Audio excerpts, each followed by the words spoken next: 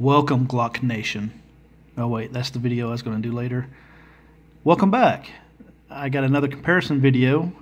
Thought I would go over some of my carry guns. I do a lot of different videos or reviews of new acquisitions and whatnot, but I thought I'd go over some of the ones I actually carry. I tend to have a little rotation because I really can't just commit to one gun like you probably should maybe.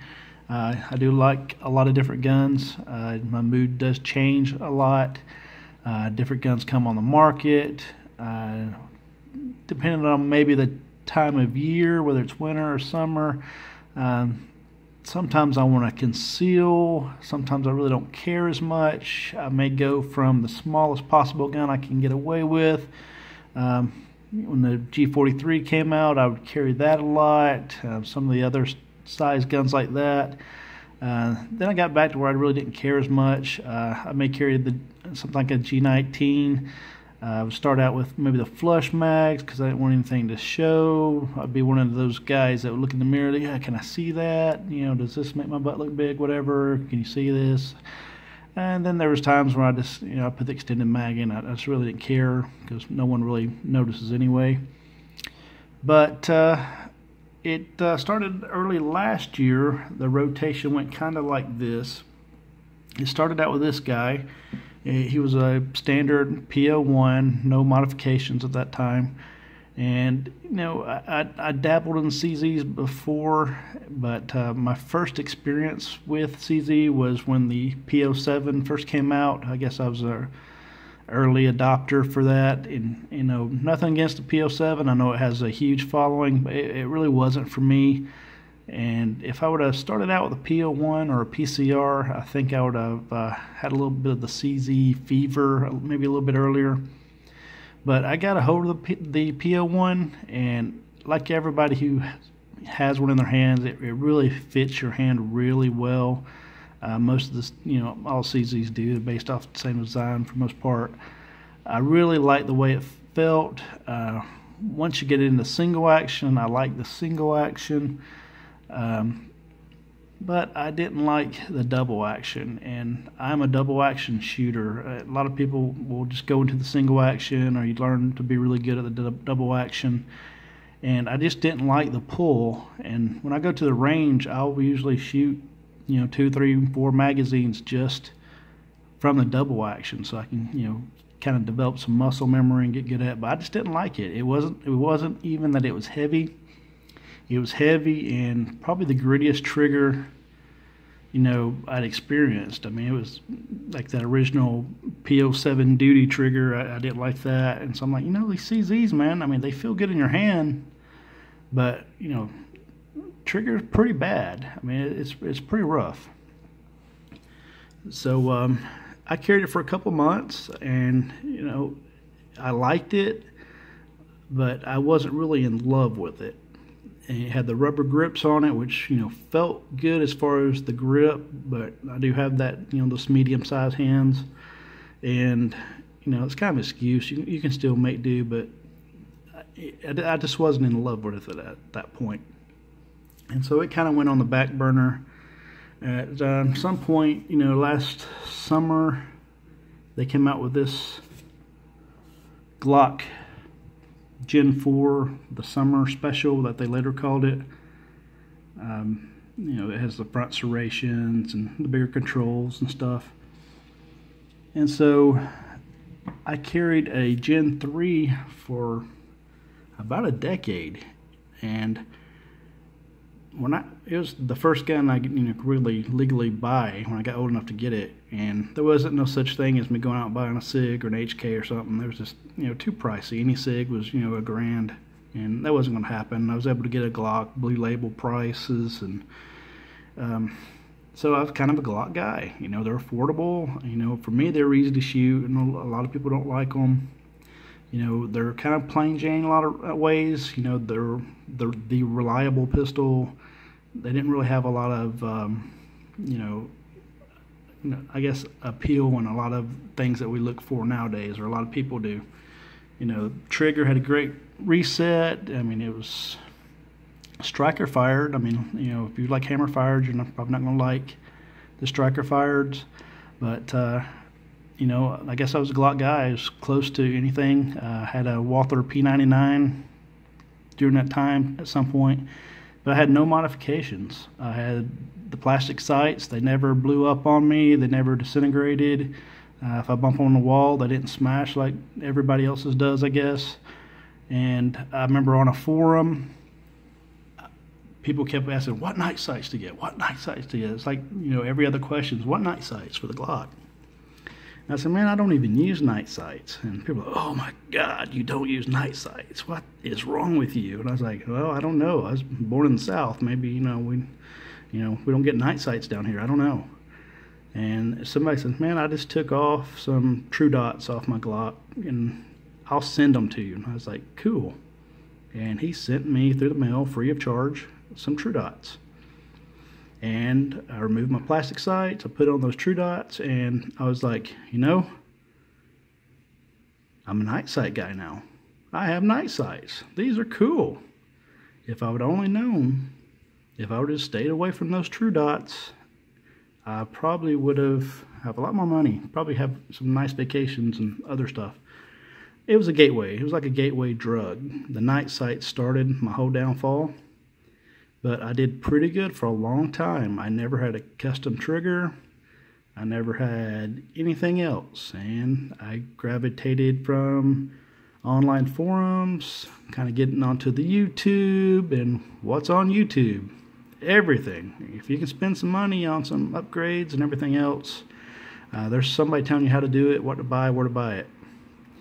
And so I was not going to modify my Gen 3. It's got a little sentimental value. Wasn't going to touch that.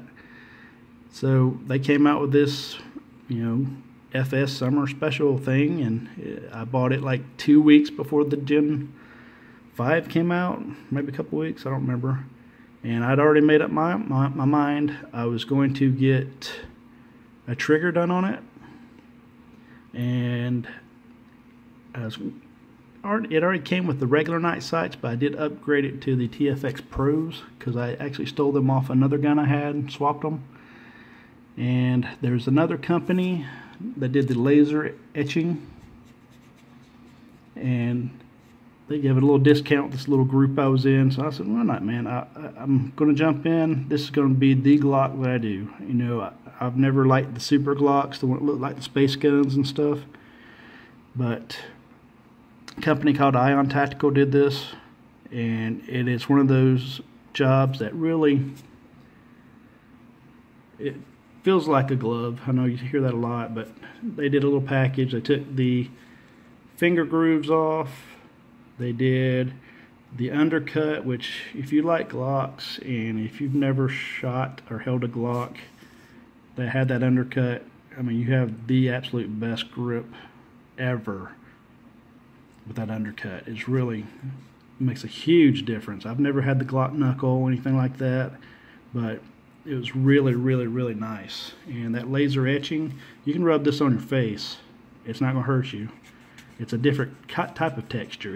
It sticks to your hand. It's not abrasive. You can wear it on your side all day long. So this was my version of a super Glock that still looked like a Glock and not, the ray gun from Buck Rogers or whatever your favorite sci-fi movie or television show was. And it was just really nice. And I had the Zev Fulcrum trigger. This is a safety check gun. Listen to that. Nice. Nice, nice, nice. The Zev trigger, I mean, I like the Apex just as good, maybe even better. But I decided I was going to do the experiment, and I carried this in part of my rotation. And what I'm getting at is the guns that I was carrying, and I still am, I have tailor-made to what exactly I like. I got the gun, it's got a grip that I like. Do I need that? Yeah, of course I need it. Of course I need it. No, I don't need it, but I wanted to try it, and it worked out amazingly well.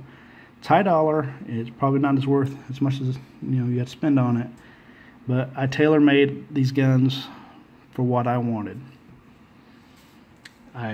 As all this is going on, this gun wound up going to Cajun Gunworks. You getting a little queue system. It takes a couple of months for them to send the gun to them. And then you send them, I think it maybe was gone another 2 months or something like that.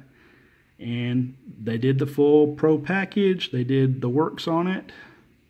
There's going to be a carry gun, so it's designed for carry comfort. I've picked out the grips. I've went through every grip that you can imagine, the lock grips, the VZs, the cool hands, and I found the kind that fits my hand perfectly. It just locks them in there. And one thing I liked about the GLOCK is everybody talks about simple controls of a GLOCK. I like to call the GLOCK controls functionally invisible, because they're just out of my way. I can grip the gun any way I want. My thumbs naturally go over the slide stop, and I can just grip that any way I want. And that is why I was so pleased when this came out and they kind of stole the GLOCK controls and they actually one-upped them, and the controls are actually a little bit more functional. I think I like those. And if you're gonna steal from somebody, take it, run with it, make it better, make it 10 times better. Great. So that's what I liked about the GLOCK. But the one thing about the CZs, and I kind of took that from the P07, they had the huge controls, and I was a little stubborn to want to learn something new, I guess. And once I kind of really got to it, the P07 controls are huge, but the way it was outlined for you, or intended for you to hold the gun, those big controls really wasn't in your way. I was just, didn't like it. I wasn't used to it. I didn't like the trigger. Trigger is still, crap. But a lot of people like it. You can alter that just like you did guns like this.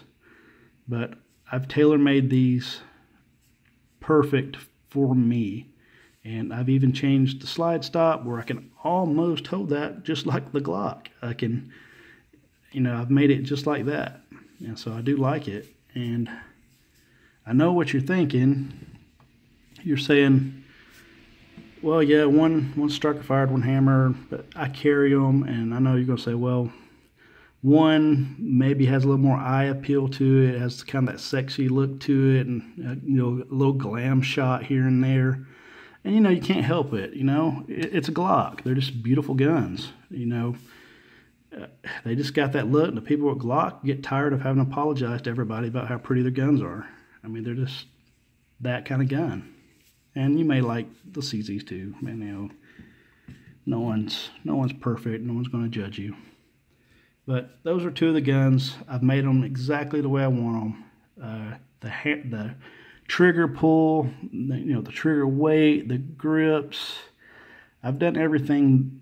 I really can't do anything more. The only thing, if I had my way, if I could put a little orange instead of white. I don't know why CZ hates sights. Other companies hate making sights for CZ. I don't know why.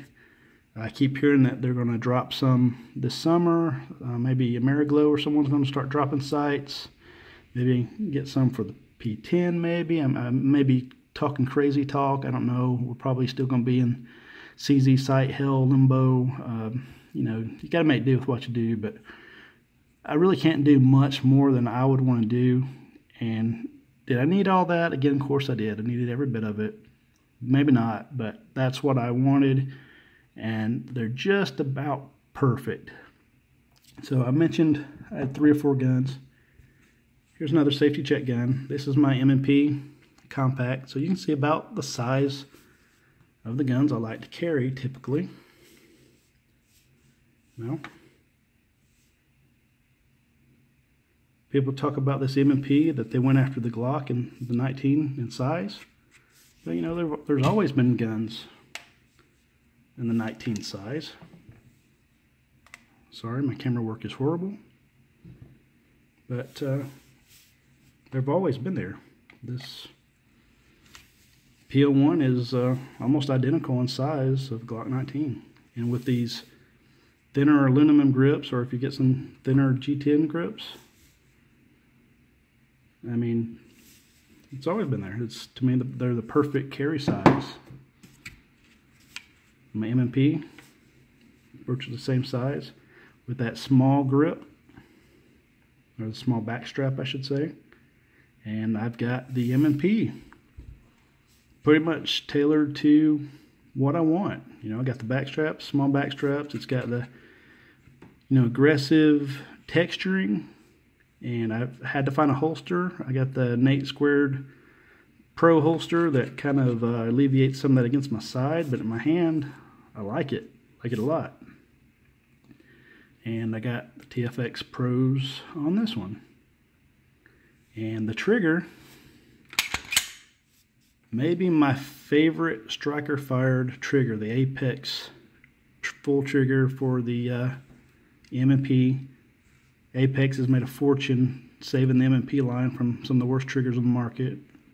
And I know a lot of people like the 2.0 trigger, but I didn't like all that lateral movement, and I don't like it feeling, it just feels cheap in my hand, and it had a nice reset, I give it that. But this is probably my favorite. I can ride it down really low, and it is just super, super nice. I mean, the reset on the 2.0 was great anyway, but the Apex trigger just makes this a perfect carry gun for me. About the only thing bad about this is I know I can't, it's probably too dark, I need more lighting, but typically there's such a gap in there, and of course I can't, there it is. You know the guy, the Cyclops guy from the X-Men movies? I mean, I feel like I'm wearing a visor. I can like watch a movie through that, and I would have good seats watching that movie. I wouldn't miss anything. It's one of the little pet peeves, and a lot of the polymer pistols have that. I mean, some of them are better than others. One of my pet peeves is being able to see completely through a gun. But small complaint. This is probably the best deal on the market. Most people probably aren't going to want to change the trigger, but these guns are running stock for like $386 at one of my gun stores. I think one of them was I think about $20 cheaper than that. I mean, this compact came out, it stormed on the market for about a month, and it kind of died out. I don't know what happened. It's really a nice gun. I had to change the trigger. I mean, I just had to. But if you don't change that trigger, this may be one of those best bargain guns on the market. I don't know why it's kind of quieting down. I don't really hear a lot of buzz about it, but this is one of my favorites. And you know, like I said, I've tailor-made those.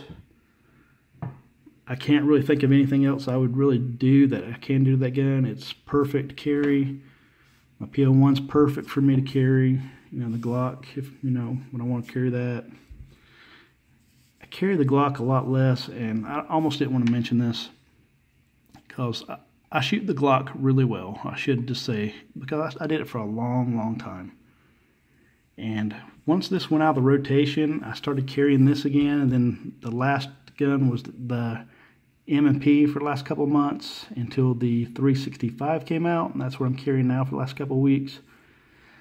So I kind of got out of shooting this for a couple of months, a few months actually. And I always kind of make fun of people who complain about shooting high or shooting to the left, because I'm like, I don't shoot high, I don't shoot left. After I got shooting some of these other guns, I took this out and I shot a few rounds high, you know, maybe a little left. But, you know, once I saw I was doing that, it was, you know, I knew to correct it. You know, the human brain is a wonderful, marvelous thing. You know, you shoot high, you know to adjust your grip a little bit. It was just interesting observation. But I was trying not to be biased today because CZ sent me today a free P07. Just sent it to me free. And I was like, you know, I was in a good mood. So here's my P07. This is, I guess, the micro version pocket pistol. Well, they sent me a little promo pack. So I was really happy with CZ today. Came with all kinds of goodies. This thing goes on my phone. I can put my credit card or something in there. They sent me some stickers. And that's all for just, you know, signing up for, you know, program stuff. But I think a challenge coin is what that looks like. And so I felt like I was going to be biased. And then I was like, you know, GLOCK has sent me a lot of stuff. I've accumulated a lot of GLOCK stuff. I won a real GLOCK 19 Gen 4 at a GSF competition, the GLOCK's little shooting foundation that they do. Random drawing, I really won one. And in one of their little promo packs, this is not the joke, I really did get the Gen 4, but they gave me one of these. So I was like, you know, I can't be biased. I was a GLOCK guy long before I was a CZ guy. You know, GLOCK's gave me all kinds of stuff. You know, got that, the NRA convention. They gave me a challenge coin. This was presented to me by the legendary Gunny who shook my hand at the NRA convention. He is, as many of you know, is no longer with us, and I was very fortunate to meet the Gunny. The line to meet the Gunny was so long, and it took forever, because this guy, everybody that was coming up to him, he took the time to talk to everybody, chit-chatted them. And when I got up to the front of the line, I saw what he was doing. I had no problem with that. I was like, that is a really nice guy. He took the time for his fans. True legend as far as I'm concerned. He shook my hand, and when he shook my hand, he had this coin in it. And he talked to me for several minutes, and just, you know, just another nobody guy in the line waiting to see him. And, you know, it's cool. I've had a lot of good experiences with the gun community, and I've made friends. I've done a lot of stuff, and I just wanted to share a little bit about, you know, my endeavors and things that I do.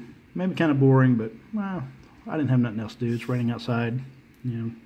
So maybe you got something out of this, had a little fun. You know, thanks for watching.